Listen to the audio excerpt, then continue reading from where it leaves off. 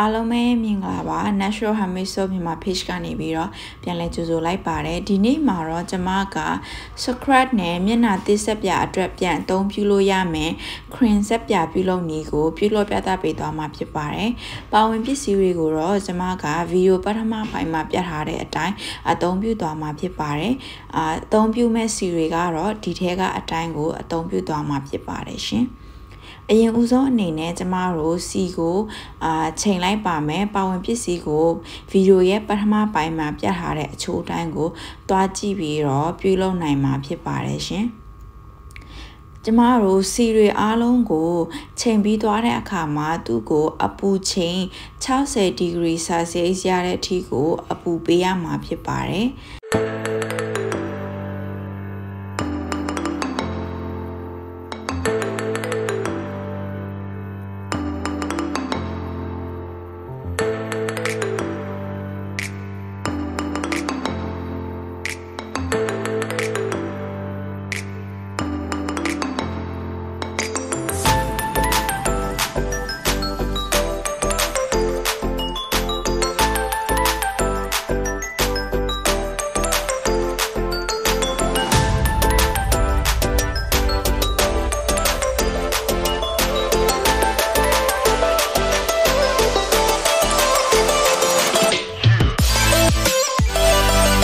နောက်တစ်ဆင့်အနေနဲ့ကျမတို့ sheet butter တွေကိုပါဒီထဲကိုချိန်ထည့်လိုက်မှာဖြစ်ပါတယ်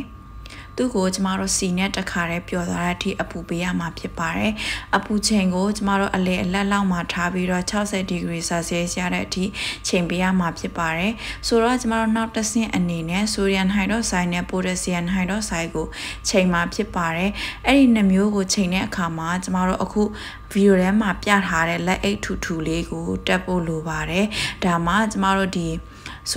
sodium hydroxide နဲ့ potassium hydroxide ကကိုယ့်ရဲ့အသားရည်မှာလာဆင်ထိတဲ့အခါတွေဖြစ်ခဲ့ရင်အသားရည်ပူလောင်တာတွေမဖြစ်တော့ပါဘူးပြီးတော့ကျမတို့ lime water ဖြော်ပါမယ် lime water ဖြော်ဖို့အတွက်ကျမပေါင်းခံရည် DI water ကိုအသုံးပြုဖို့လိုပါတယ်အဲ့ဒါကိုကျမအလေးချိန်ထဲမှာစင်းထဲမှာပြတ်ထားတဲ့အလေးချိန်တိုင်းကိုအသုံးပြုသွားမှာဖြစ်ပါတယ်ပြီးတော့ကျမတို့ potassium hydroxide နဲ့ sodium hydroxide ကိုချိန်ပါမယ်cream ဆက်ပြဖြစ်တဲ့အတွက်ကြောင့်မလို့ကျမတို့ဒီနှစ်မျိုးကိုတဝက်စီချိန်ပေးရမှာဖြစ်ပါတယ်အလေးချိန်ကတော့ခုနကတော့ငါပြောထားတဲ့အတိုင်းစင်းထဲကအတိုင်းပဲထည့်သုံးထားတာဖြစ်ပါတယ်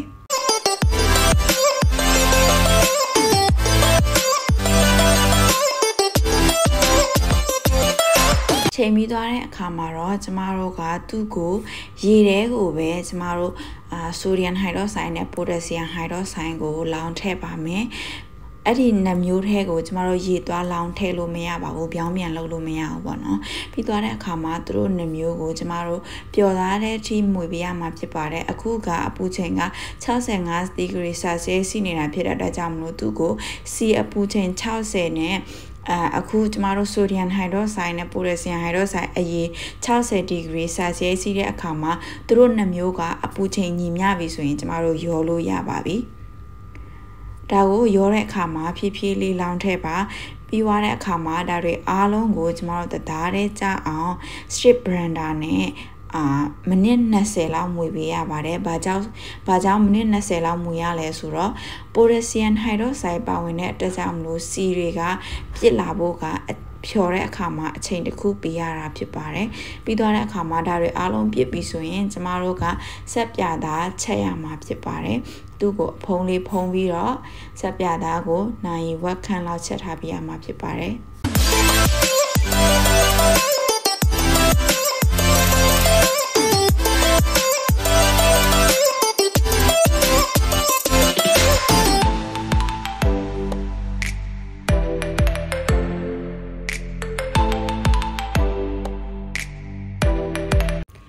အခုဆိုရင်ဆက်ပြသားက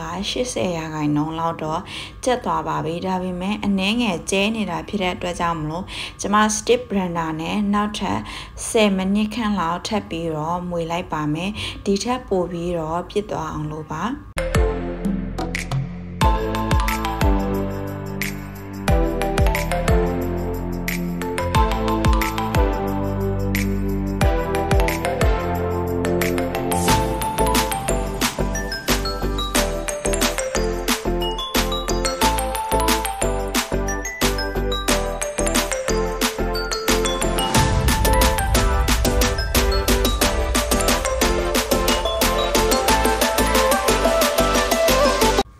ခုဆိုရင်ဆက်ပြသားကအနည်းငယ်ပြစ်လာပါပြီ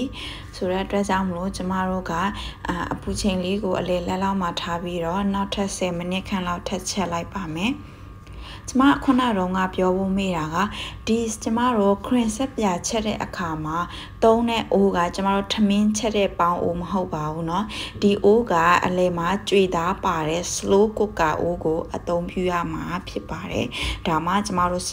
ဆက်ပြတွေချက်တဲ့အခါမှာပို့ပြီးတော့အဆင်ပြေပြီးတော့ဆက်ပြသားတူးတာတွေအပူချိန်အရန်မြင့်ပြီးတော့ဆက်ပြသုံးလို့တိတ်မကောင်းတဲ့ပြဿနာတွေတိတ်ပြီးတော့မဖြစ်တော့ပါဘူး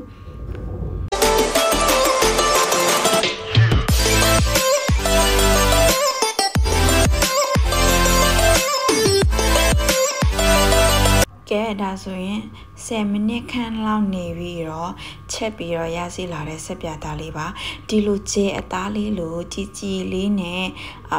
အယောင်တောက်တောက်လေးဖြစ်သွားပြီဆိုရင်ကျမတို့ရဲ့ cream ဆက်ပြကကျက်သွားပါပြီဒါဆိုရင်ကျမတို့ scrub လုပ်ဖို့နဲ့ဆက်ပြ cream လုပ်ဖို့မျက်နှာသစ်ဆက်ပြ cream လုပ်ဖို့အတွက် cream ဆက်ပြ base off ကိုရရှိမှာဖြစ်ပါတယ်ဆိုတော့နောက်ထပ်အပိုင်း2ဗီဒီယိုမှာကျွန်မအခု cream ဆက်ပြကိုအသုံးပြုပြီးတော့ scrub ဘယ်လိုလုပ်ပြသွားမလဲဆိုတာကျွန်မနဲ့အတူတူဗီဒီယိုအပိုင်း2မှာလေ့လာကြပါမယ်နော်